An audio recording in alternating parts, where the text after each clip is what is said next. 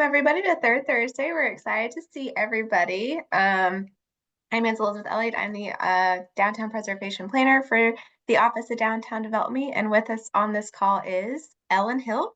You want to introduce yourself? Hi, Ellen Hill, Training and Compliance Coordinator for the Office of Downtown Development. And we have Tess Harper. Hi, I'm the Communications Coordinator. And Ebony Simpson. Good morning, everyone. I am the Organization and Strategic Planning Coordinator. Awesome. And we have some of our regional reps on the call. So I see Kathy. Good morning, everybody. Good morning. And then I see Tanya. Good morning. Morning. And then Tracy. She can unmute. Tracy has been in the trenches with us during assessments because we are in one of her regions, and so we have been seeing a lot of her, which is always a great thing. And I'm not. Is there any other regional reps on the call with us? Oh, I see Corin. Corin just got on, yeah. Yeah, welcome, Corin. And Just then talking to Heather, and she was getting ready to join too. Yes, okay, good. Hey, I'm here. This is Heather. Good morning, Here's the everyone. one that reminded me it was 10 o'clock. So Whole gang's yes. And just for those of you, I know most of you probably know, but your regional reps are sort of your first line of defense in projects in your downtown and your city. So if you do not know who your regional rep is, please feel free to reach out to us, and we would love to make a connection. And we're really excited to have so many of them on the call today. So thank you for joining us. And then do we have a GDA representative, a Georgia Downtown representative, Georgia Downtown Association representative available on the call to kind of give us any updates from our partner there? Yes, good morning. How are you guys? Yeah, hey, Andy. Okay, total side note. Did y'all get the chat that said I have a Read AI meeting? I Yeah, don't know what that is or how that happened. So I got it too. okay, I promise I'm not tracking y'all on this call, just so you know. So we do have some GDA updates. We just kicked off an initial call for a new ambassador program, and I know several of you guys were interested in that. And so if you have not, I would encourage you to sign the commitment letter and make sure you turn that into Abigail and Noonan. And we're really excited to launch that program and see how that takes off this year. We also have our spring regional meetups coming up in April. We are meeting in Avondale Estates on April 16th, Griffin on the 29th, and then Macon May 8th. And then, of course, we have lots of CDP classes coming up in June in Atlanta, and then, of course, at conference, and then again in Vidalia in November. And can't miss out on plug-in conference, of course. That's going to be August 25th through 28th in Gainesville, and I believe registration will open up in early June, if I'm not mistaken. So lots of fun things happening at GDA. Awesome. Thank you for the update, Andi. And for those of you that don't know, Andi is the fearless leader this year of GDA. She is the president. So GDA is very lucky to have her. I know her reign will be very fruitful. So we're excited to have her at the helm. Cherie, are we back online? I think I saw your name. Maybe. Well, I'm here. Can you hear me? Yes. I'm here on my phone because my computer decided to update itself. So updates are still underway according to my computer. But we do have a speaker today. It is Brittany Pittman, who is going to talk to us about a new funding source from the Southeastern Crescent Regional Commission. So is Brittany on the line? Yes, good morning. I'm here.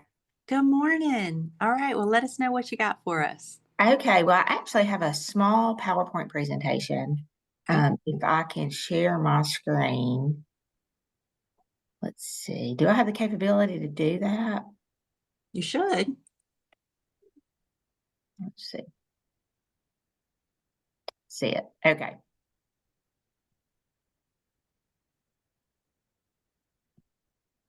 Here we go. Can everybody see that? Yes. Okay. All right, and this is just a brief overview. We have a relatively new, some of you may have heard of it, others may not have a clue what I'm even talking about.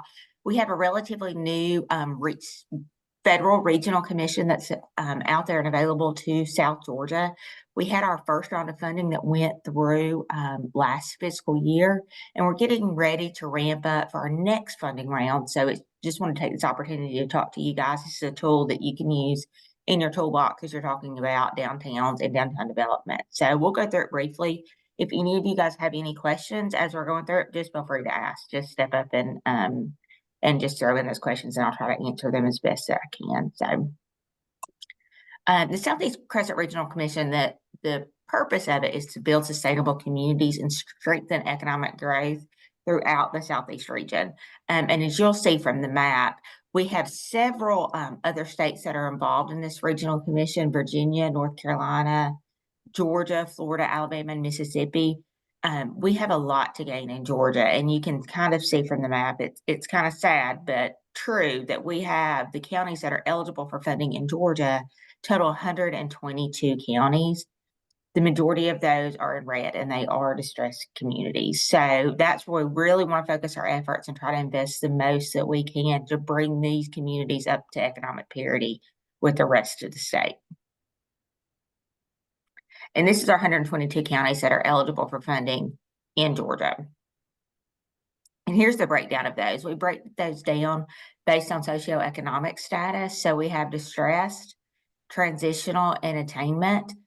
So as I said before, you can see the majority of those counties are distressed. We have a few that are not eligible for funding, which are in blue.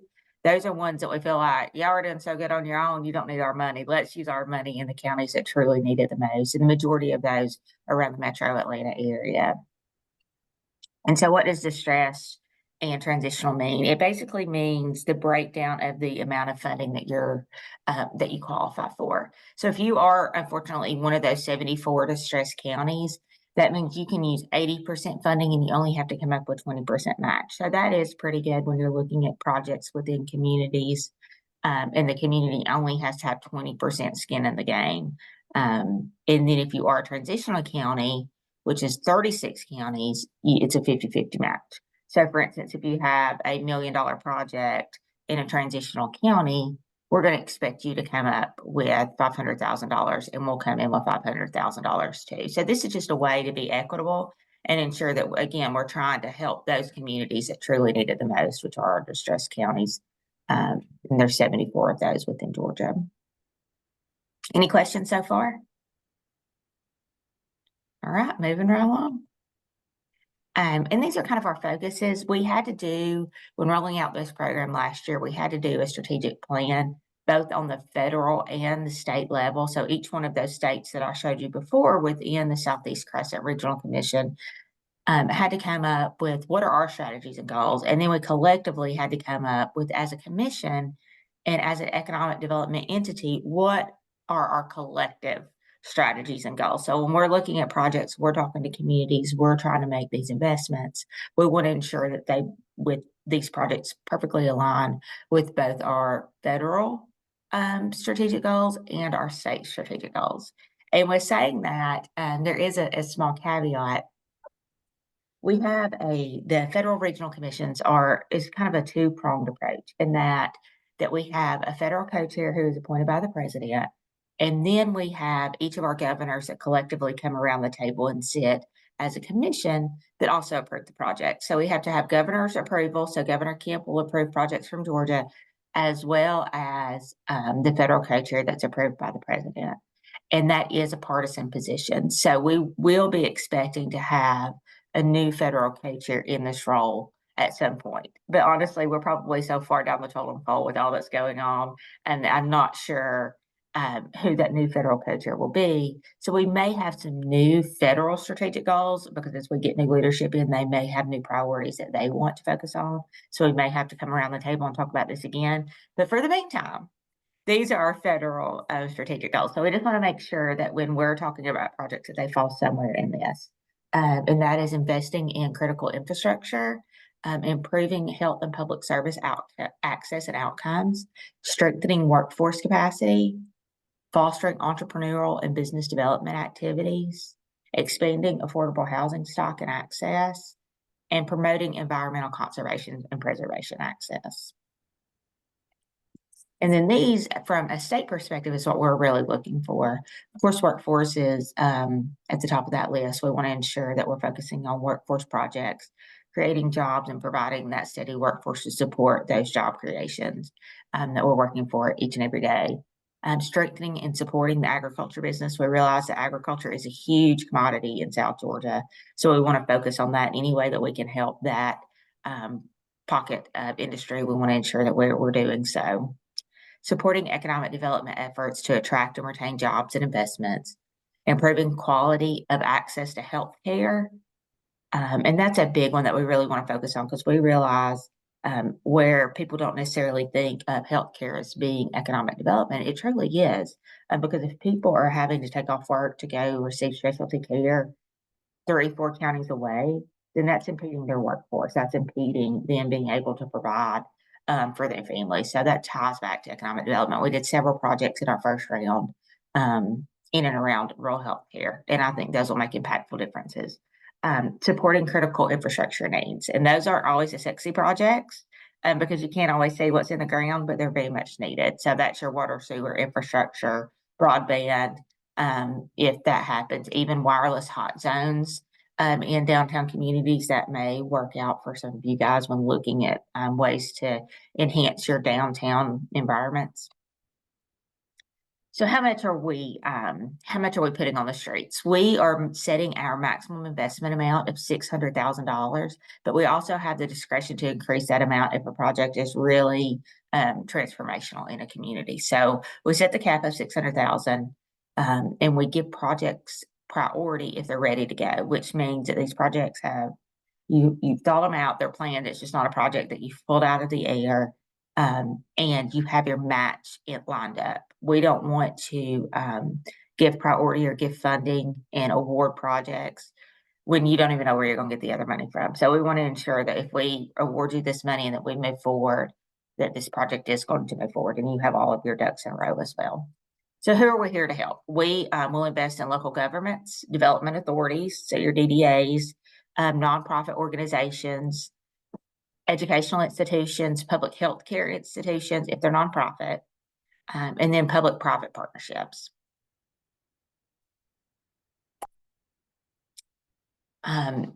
And so, as I said, this is a state and federal partnership. We will fund construction and non-construction projects. So if you have a planning grant, if you're working to try to get things revitalized in your downtown and you're unsure on exactly how to do that, we have planning grants available. Obviously, they're not going to be anywhere near that $600,000 threshold, but we do have planning grants available. We do work on an annual award cycle. We instead of sometimes we in other projects and other programs we work on corporately, these are annual. So it is just one tranche of money. Currently, we have $7.2 million, and that's for fiscal year 24. We have our notice of fund availability currently at OMB for approval. One of the caveats that we've written into this, and you may say, well, this fiscal year 24, where's 25? Well, we don't have it yet because it's not been approved by Congress. But one of the caveats that we've written into the NOFA is that if we get that appropriation for Congress for fiscal year 25, we'll go ahead and put it on the street as well. So we have $7.2 million now, that could easily turn into $14.4 million. So we could do that much more work in the state of Georgia if we're appropriated those dollars. So if we have been told, which it may be a pie in the sky with all that's going on in our nation politically, that we anticipate to have the NOFA approved in the coming days. And so we have kind of a tentative timeline. We had a meeting just last week in DC where we talked about this. And we would put the pre-application out on the street as soon as that NOFA was available. And then I would let Cherie know and she could get that out to all of you so you would know that that was out there, and that will be posted on our SCRC website, which is just very easy, scrc.gov. And it'll highlight many of the things that we've talked about. But at the end of the day, it just has to be tied back to economic development and the impact that it's going to have in each of your communities. But that pre-application deadline would be due on 4/4. Pre-applications are very simple. It's just tell me what you're going to do, tell me the impact that it's going to have on your community, give me a brief overview of your budget and where you're going to get your match. And then so we would give you a notice of whether or not to proceed, because we want to make sure that your project is in line with our state and federal goals. And we don't want you to go to a lot of work putting together a federal application if it's not something that aligns. So we want to go through this a very simple pre-application letter of intent, just to ensure that it aligns and it's a project that we think could be beneficial to the state of Georgia and beneficial to your community. So then we would notify you on whether or not to proceed or not with the full application. And if you were invited to proceed with the full application, then tentatively that due date would be May the 12th, with full applications and coming in and being due on 6/20. So this just gives you kind of an overview of what were the dates and the timeline. Again, that could very much change. If we don't get this out of O&B anytime soon, then obviously those dates are going to be pushed back and pushed back. So we would let you know of that, and obviously let you know of when that NOFA has been approved. But in looking at some downtown project examples that we have received applications for in our last round, just to kind of get your wheels turning and think about different things that you might could do in your communities, some food bank projects, some downtown building revitalizations. So we had one advancing EV capacity project in a fairly large urbanized community, looking at where they could strategically put those EV charging stations to better serve their folks that were in their downtown. Downtown stormwater and streetscape projects.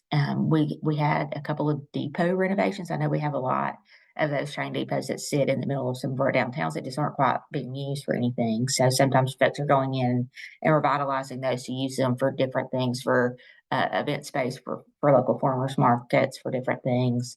Also some intersection improvements where you have some really tricky intersection. It doesn't make it very cohesive for traffic and the flow of traffic in your downtowns.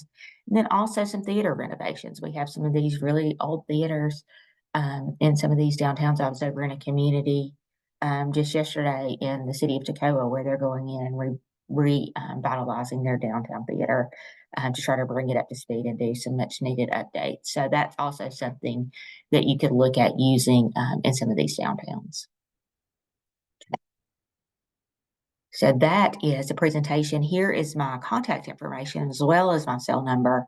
The easiest way to reach me is obviously just shoot me an email or then just give me a call. I do spend a fair amount of time on the road, so sometimes a call is easier. Just to pick up the phone and ask questions if you have them. But what questions do you have now? I was open it up. If anybody has anything.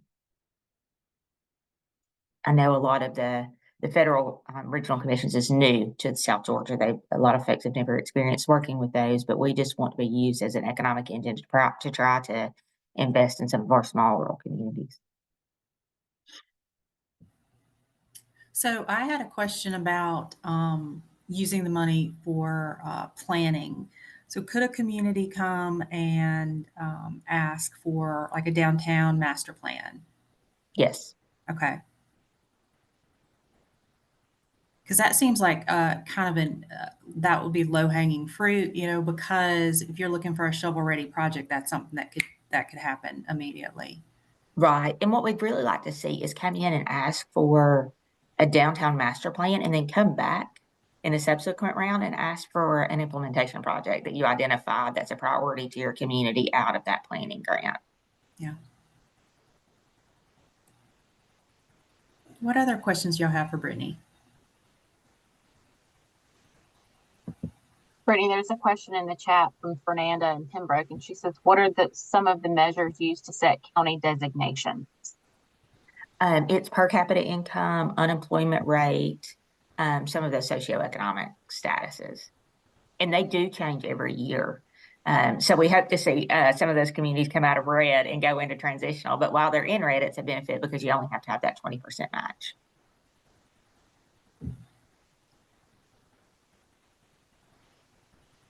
So if the pre-app deadline is April the 4th and folks have some ideas right now, would you be willing to allow them to submit like a draft of that pre-application to you for review? Not necessarily a draft, but they can give me a call and say, hey, look, does this align? Is this project something that you think would be applicable to SCRC? Because, the pre-application is very simple. So it really is kind of a draft. Okay. And then what we'll try to do is once in between the pre-application and the full, I'll try to do some workshops too on how you can put together your full application well to ensure that it's meeting the standards of what we're looking for, because we want to have great, solid applications when it comes down to it. We want to get these dollars out the door and use them as intended. So, and then also, if you're invited to go through with a full application, what we'd like to do is get out and be boots on the ground and come out and look at the projects and see those projects and talk with the communities so we know really the impact that it's going to have. To be looking for those application workshops. I'll try to disseminate those as soon as we kind of have more concrete dates. We're working on tentative dates now with OMB. But I really hope that we do get the extra dollars appropriated and we can turn this round into a $14 million round as opposed to just $7 million. And that's truly why our cap is set at $600,000. When you only have $7 million, you can't give it out $2 million at a time, or you'll only be able to do a few projects. So we are the state that does give out. We have the highest maximum amount of $600,000. Some of the states just do $250 at a time. And if you're using federal dollars, we want to ensure that it's worth your while to come in and ask for those. So that's why we put it at $600,000, because $600,000 still isn't a drop in the bucket to some construction projects with inflation and everything the way that it is now. So I put the website in the chat for anybody that wants to look at that, and I put the Georgia specific page so you can kind of see counties and eligibility.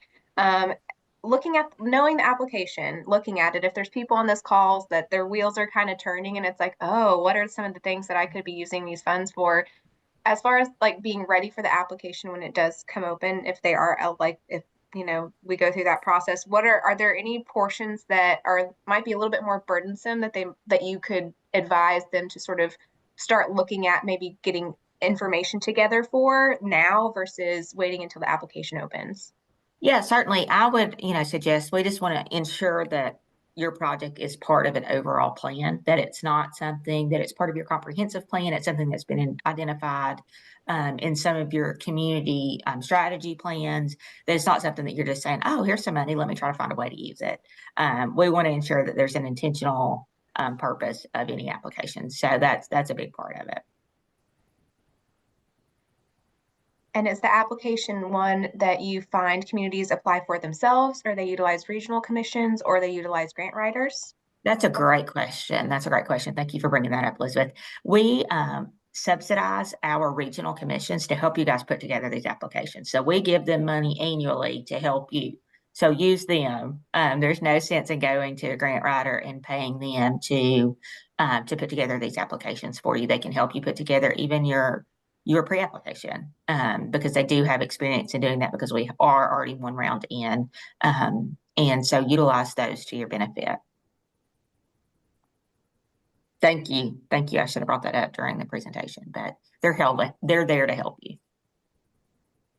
And we do have a very simple one-pager, and I'll try to put that in the chat as well. It just just a very brief breakdown and overview of the map, the statuses of the community, and the goals.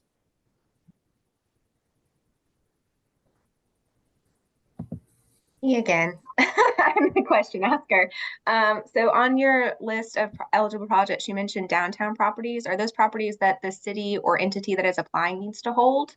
They do have to be publicly held. Okay. They can't be privately held. I figured, but it's always good to ask the question. Absolutely.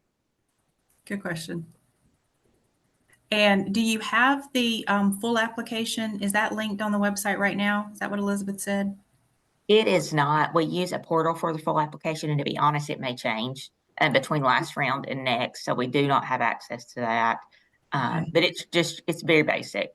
But it does require obviously more in-depth on the project scope and budget. Okay. Since it is federal funds, are SAM's numbers and any particular IDs required when applying that communities might need to find out or apply for if they're don't have one quite yet? Yes, the SAM's number will be required. The IEI number and all of that will be required which everyone should have, but if not, you still have time to get that. Brittany, I know one round you got 80 some odd applications. How has it gone the next times that you called for apps? Well, we don't know. That was the last time. That's the only time that we had. Yes. We've not opened it up yet for a next round, but I hope that we get, a good number of applications for the next round as well. And you mentioned that before you had it on a platform that you had to apply on the platform. Will there be a new platform, or will you just go to paper or digital? It will be the same platform that okay. you'll go in and put in your pre-application information. It'll all be that. Okay. And it's relatively simple. It's not anything that's very cumbersome. With some of our other funding programs, I think they're a little more difficult. So we try to keep this fairly simple. Have the regional commission folks already received training on using that platform? Yes. Okay. And it's like anything that's subject to change. We could take that platform away and start using another one tomorrow. But as for now, that is the continued use. No pressure on this question, because I know Sure. that off the top of your head, can you remember some of the communities that received the funding in the last round? If anybody, again, is considering looking at this as a funding mechanism, if they wanted to reach out to those communities to kind of get an idea what the administrative portion looks like and all that, like kind of the draft, like all sort of the process. If you do not, this is a very specific question. That's why I'm like, I don't want to put you on the spot, but I'm just curious. Right. Well, we had so many. And to be honest, it was a care projects. We had infrastructure projects. We had some housing projects. We had a few downtown projects. We did not have any agriculture projects. And that is a focus with this program as in our South Georgia region. I mean, it is so important. But we had, and from some very rural communities, Washington County had several. I mean, and you can have multiple applications from communities. It doesn't mean they're all going to get funded, and likely, they're not. They're going to need to be prioritized. But Washington County had several applications. We had applications from really all over. A lot of the regional team is on the phone, and they helped me to review the applications. We did that as a team once they came in. So I think we had pretty much applications for each and every region that we have throughout the state. Can you tell us some of the projects last year that were located in downtowns? Well, that was kind of the example that I went through. Those were the project requests that we received. And I can go back to that, which were some renovations for some of the downtown assets, such as depots and theaters. We had the EV charging, advanced charging capacity. That was from Chatham County. And was that a plan for where to locate those EV stations, or was it actual installation? It was a plan. We were coming in and funding in the infrastructure. And of course, it's very large in scope, and that even part of the plan was them identifying whether or not to move some of their county fleet to EV vehicles and how that would look and how the charging station. So it was a very overarching plan, but and that's in Chatham County, so that's a very large, more urbanized county. That might not work in a very small rural community, but that's what that was. And then some intersection improvements. We had one, and it wasn't funded, but it was in the city of Stone Mountain, where they had it's where we were going into Stone Mountain Park, and Tracy can speak to this because she was on the ground with me when I went out to go look at the project. It was a very crazy intersection and could cause a lot of traffic jams and like people going into the park. It was just, it was kind of a, Tracy, you want to speak to it? Yeah, it was a bicycle route and a main highway and a 5-way intersection and businesses on the corners, and no one could get through it safely except maybe an automobile. So it was safety improvements, and I think there was already a light there. I don't think it was about the lighting, but they'd already worked with DOT and they knew their average daily volume and a lot of that kind of stuff. So it was pretty well vetted. Right.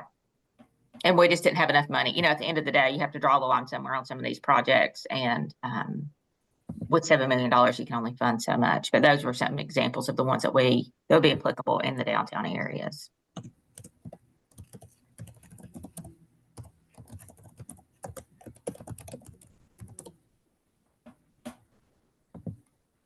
I just put your email in the chat, Brittany. Perfect.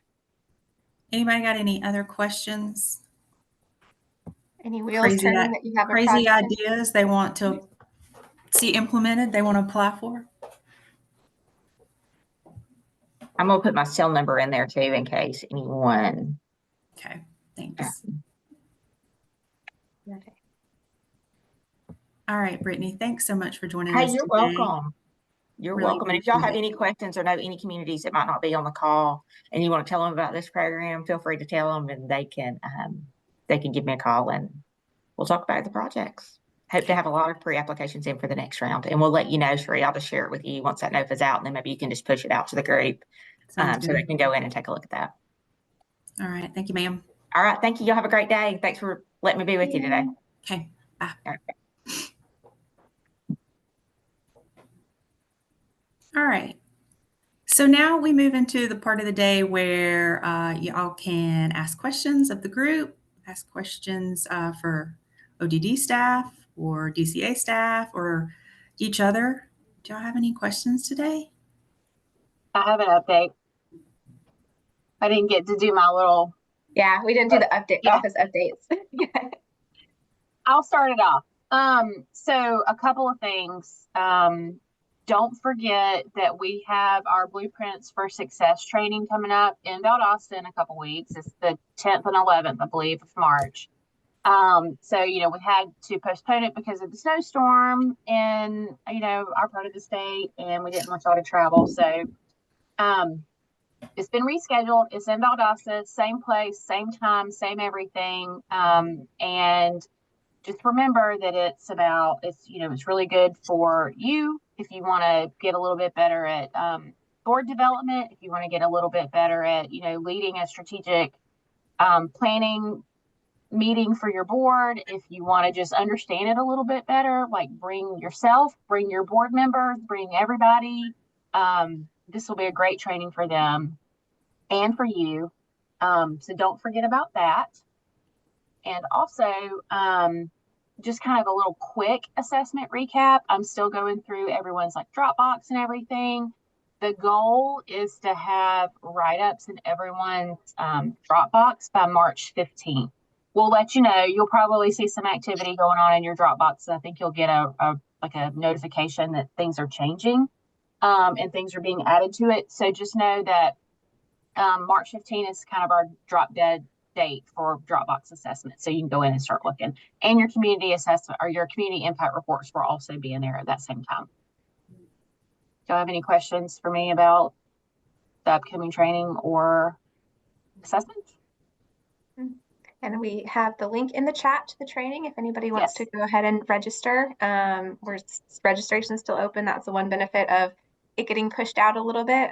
We are able to, accommodate some more people. So if you have any interest or a board member or city leadership, anybody that you can see that would benefit from the training, please feel free to sign up. The more the merrier.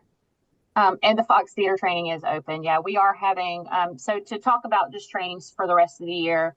So the one in March in Valdosta, then we're planning one for May, and it's going to be at the Fox Theater, and it's about generations and generational differences, and how to maybe understand better, or relate to better, just communicate better with people of different generations, so that you can maybe work with them on your board or reach out to them and how they take about sponsorships for events and things like that. So that'll be at the Fox Theater. It's on May 15th. I do not have a room block ready yet. I'm working on that, but the registration is open. It's in the chat. I saw Elizabeth put that in there.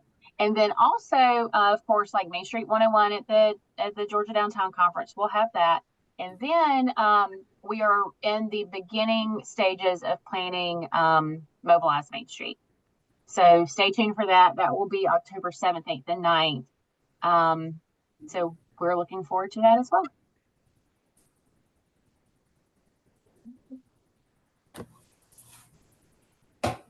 Any questions for me? All right. Anybody got any questions for us or questions for the group? Issues?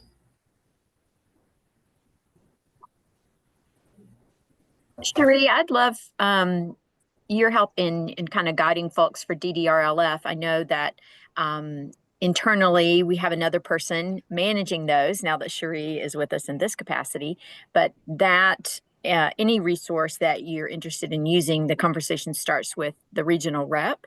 And Sally has done the work before. Is that right, Cherie? The Yes. DDRLF's revolving loan? Yes. Yeah, okay. So she's familiar with it, but whenever you hear somebody in the community is interested in a small business loan, start with your regional rep first. And it usually, answers a lot of questions and vets a lot of things before we bat it over to the new Cherie, which is Sally.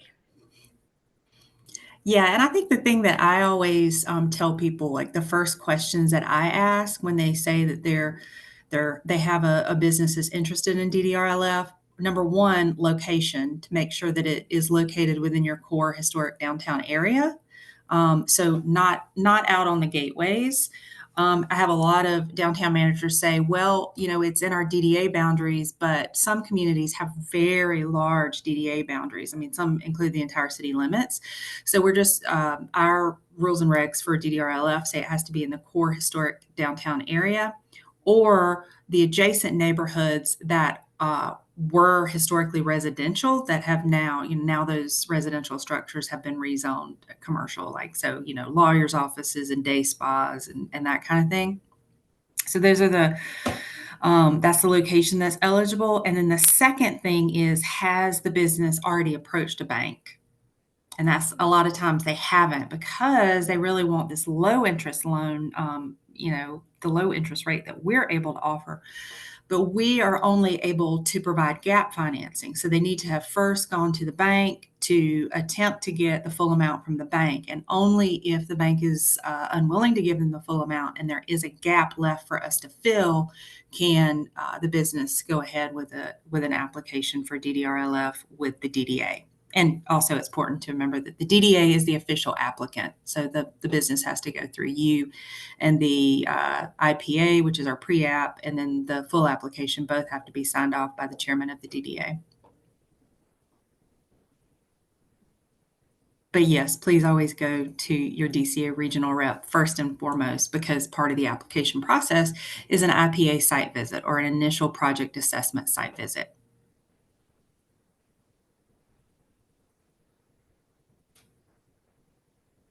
Anybody else got any burning issues they need to discuss with the group?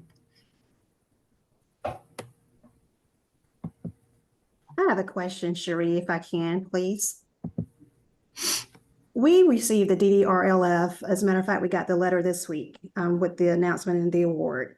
And from my understanding, the DDRLF have the primary source of responsibility for payback is the developer or the business owner of the site. And when I got the letter, I was reading the content of the award. There was something that one of the board members questioned in terms of how the language was structured. And I just want to make sure that that rule of engagement is still intact, that ultimately the DDA is the pass-through and not the responsible party for payback. Is that still? Absolutely. Okay. Yes. I think it was the way the sentence was worded. It was not that clear. So I wanted to make sure that rule of engagement was still in play. Right. And I think that fear has kept a lot of DDAs from applying for DDRLF, because there is that fear that should the business default on the loan, then the DDA would be required to pay back that loan. But this is a non-recourse loan to the DDA. They are just the conduit through which those loan funds go from the state to the private company, because as a state, we're not supposed to do that. So the process is the state money goes to the DDA, and then the DDA loans the money to the private business. At that point, the DDA is really out of the equation, and the business makes payments directly to DCA. The only time we really get the DDA involved or ask for help is when we can't get in touch with the borrower. Like, I don't know if Melinda's still on the line, but that happened recently in Canton, where we couldn't find the borrower. They weren't making payments. They also weren't making payments to their landlord, and we couldn't track down the recipient. So that would be the only time we'd ask you for some help. Like, hey, what's going on? Is this business doing okay? They've been late for the past couple of months on their loan payment. We just want to see what's going on. Thank you for that. And that's a great project in downtown Albany, by the way. I'm looking forward to seeing how that impacts that area. Thank you. I am too. It's going to be great. Thanks.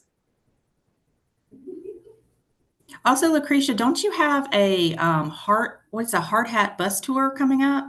We do. We actually have something that we're kicking off. Last year, we announced a few projects that are coming down the pipeline. So on March 14th, we are coordinating what we're calling a downtown hard hat bus tour. And so a lot of organizational leaders, mayor, commissioners, and we even have some of our senators who will be on that bus tour, and they're going to be able to see and put their hands on the projects that we have announced within the last few months. So we're excited. We're getting a lot of traction, almost to the point where we're running out of seats, which is a good problem to have. So we're excited about it. That's great.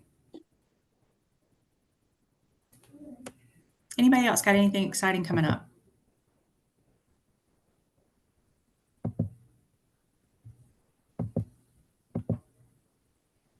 All right. Elizabeth, Ellen, Tess, Ebony, you got anything else?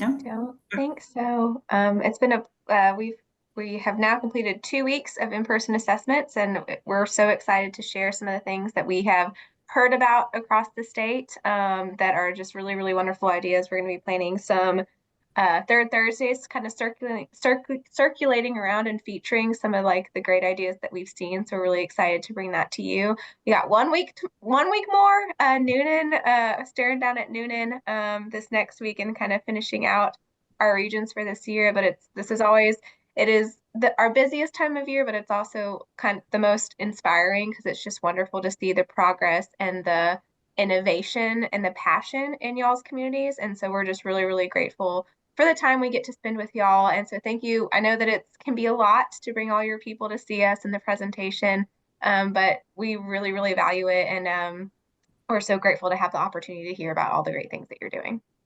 It absolutely is inspiring. I mean, for me that hasn't known everything going on in downtowns, I've gotten pieces here and there, but to be able to hear communities talk about all the projects they have going on and all the great ideas they have, it really is inspiring and pumps you up, and it definitely makes us want to share some of those great ideas. Mm-hmm. And Abigail, thanks for hosting us in Noonan, and I do believe that you have the cutest office in the state. I have always maintained that. I can't deny it. It's pretty cute. It is. It's like a little dollhouse. All right. Well, with that, I do want to mention, and my mind is spinning on so many different things, but I do want to mention that the City of College Park Main Street Board will be having our annual wine stroll March 14th. So it's coming up, so we're preparing for that. So it's a big event that we have every year. Lots of people come, and we sell our wine glass. And that's how we make money for the board. We sell our wine glasses. And so when they come and they purchase a wine glass, and they will get a free pour for all the merchants who participate in the wine stroll. So we're gearing up for that now. Very exciting. Thank you for sharing, Ginger. It is exciting. Belinda, did you have a question? Well, I didn't have a question. I actually couldn't even find my raise the hand emoji, whatever. So that's why I was struggling. No, I was just really excited because yesterday DDA and City Council held a public formal meeting to share our North Street project. And when we are able to release more of the renderings later, it's going to be really cool for all of you to see. But what that space will include is retail and office space. I'm reading from a cheat sheet because it's a lot. Retail and office space, green space, a parking deck, residential units, and a boutique hotel. So we're very excited about that. And we are working with the county and the city are working together. And so we've already purchased the property, and it's just going to be really neat. So yeah, we're excited when that breaks ground and we get going. Awesome. Is there an estimated groundbreaking? on the horizon, or we're still early We are planning? still at the very early stages. Yesterday, Goodwin Mills and Kaywood came and they presented to everyone. So it was not only to city staff and DDA and mayor and council, but it was also to the community. So there is a set of apartments there now, and there are residents in those apartments. So they're really interested to see how all of this timeline and things like that. So we're not going to displace anyone. These are going to be beautiful, so they're going to have an opportunity at these apartments. So we're just excited to be able to add more downtown living. We have got apartments, the park index going great right now, and apartments will start soon at the mill. And then we've got another area that apartments are going to be built also. So it's a lot of living coming downtown very soon. Awesome. Congratulations. That's very exciting. And I came in late, so I don't know if Ondi announced the regional meetups. Yeah. Okay, she did. All right, I was going to get Belinda to do it if she didn't. And also, Renee sent out something on behalf of DCA for us. I believe it was either this morning or yesterday, and it's a survey about funds that we have from our CDBGDR team. So they still have upwards of, I want to say it's like $245 million that they need to allocate for different projects. And so they are sort of going to the people and trying to figure out some of the things that might be of use throughout the state. So there's 2 surveys on that email, and our office will send it out as well. But please take those surveys and talk about the things that you need in your downtown or would like to see, so we could possibly get some programming available for that. So that's a really great opportunity to have your voice heard, and hopefully maybe some exciting things coming down the line for that. So if you didn't get Renee's email with that information, we'll send it out as well. And please take the survey and tout downtowns as a place that we need some funding. All right, guys, I hope y'all have a really good week, and we will talk to y'all soon. Bye.